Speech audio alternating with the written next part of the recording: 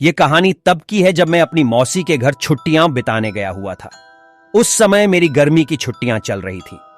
मेरे मौसा जी एक डॉक्टर है, तो उन्हें रहने के लिए एक क्वार्टर मिला हुआ था। वे उस क्वार्टर में दूसरे मंजिल पर रहते थे।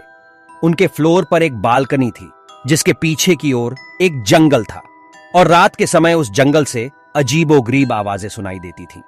ऐसे ही एक दिन की बात है, जब हम सभी खाना खाकर रात में बालकनी में बैठे बातें कर रहे थे कि तभी मेरी मौसी का लड़का हमसे कहने लगा कि किसी में इतनी हिम्मत है कि वो रात के इस समय में इस जंगल के अंदर जाए। हम सभी हंसने लगे और उससे कहने लगे कि क्या फालतू की बात कह रहा है, भला कोई इस जंगल में इतनी रात में क्यों जाएगा? कहीं कोई जंगली जानवर मिल गया तो शामत पक्की है। हाँ, सब हंसने लगे। वो बोला कि मैं मजाक नहीं कर रहा हूं। मेरे स्कूल के दोस्त बताते हैं कि एक बार ऐसे ही एक लड़का उस जंगल में चला गया, फिर उसका कभी कुछ पता नहीं चला। गांव के लोग बताते हैं कि उस लड़के को अपने पिता के जंगल में बुलाने की आवाज आई थी, और वो उनकी आवाज के पीछे पीछे उस जंगल में चला गया, और फिर कभी किसी ने उसे नहीं देखा। मैं हंसने लगा कि यह तो झूठी कहानी है। अगर वो लड़का लौटा ही नहीं तो लोगों को किसने बताया कि वह आवाज उसके पिता की थी? वो बोला क्योंकि उसके पिता उससे थोड़ी दूरी पर थे और उन्होंने भी वही आवाज सुनी थी, मतलब उनको बुलाने की। उनकी ही आवाज में कोई उनके बेटे को अपनी ओर पुकार रहा था। जब वे दौड़कर वहां पहुंचे तो उन्होंने देखा कि वहां पर उनका बेटा नहीं था, इसलिए कोई भी उस जंगल की ओर नहीं जाता। मैं अपने मौसेरे भाई की यह कहानी सुनकर हंसने लगा कि वाह क्या बात है, जंगल का भूत जो लोगों को गायब कर दे। हाँ। फिर हम सभी उठकर टीवी देखने लगे और थोड़ी देर बाद में उस बालकनी में जाकर थोड़ी फ्रेश हवा खाने लगा।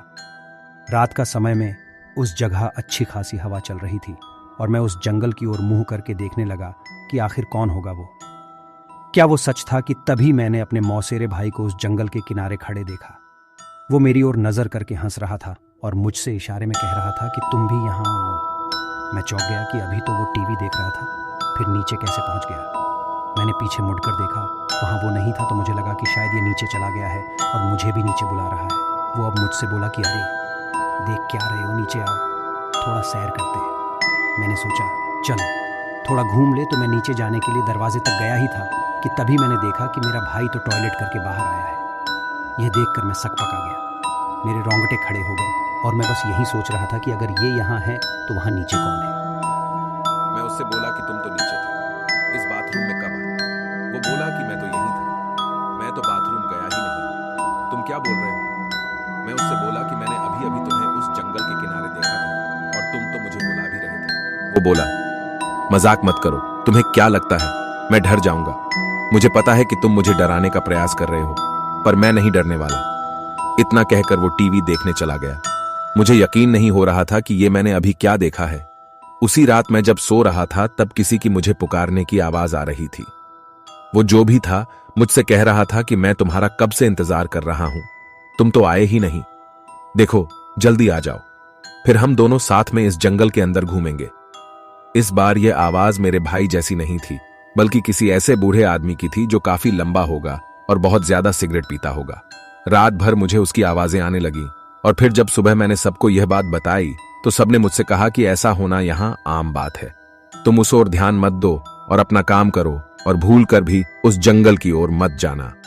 उसके कुछ दिनों बाद भी मुझे उस जंगल की ओर से आवाजें आती रहीं, फिर वो आवाजें आना रुक गई। इस घटना के कुछ दिनों बाद मेरे पापा मुझे लेने आ गए थे, क्योंकि मेरी गर्मी की छुट्टियां भी खत्म होने वाली थी।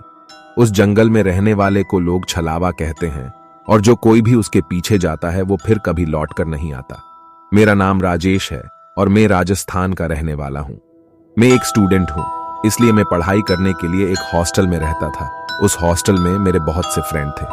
दिवाली का टाइम आने वाला था, मेरे सभी फ्रेंड्स घर जा रहे थे, क्योंकि वो सभी दूसरे स्टेट्स के थे, इसलिए वो जल्दी चले गए।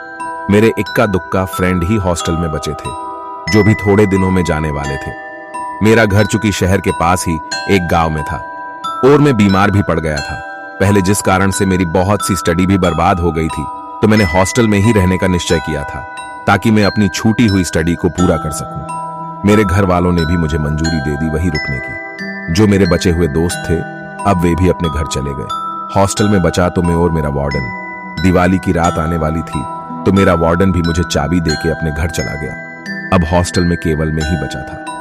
मैं अपनी पढ़ाई करके सोने चला गया। रात के करीब 2 बजे मेरी नींद खुली। मुझे किसी के फुसफुसाने की आवाज सुनाई दी, पर हॉस्टल में मेरे अलावा तो कोई भी नहीं था, तो ये आवाज कौन कर रहा था?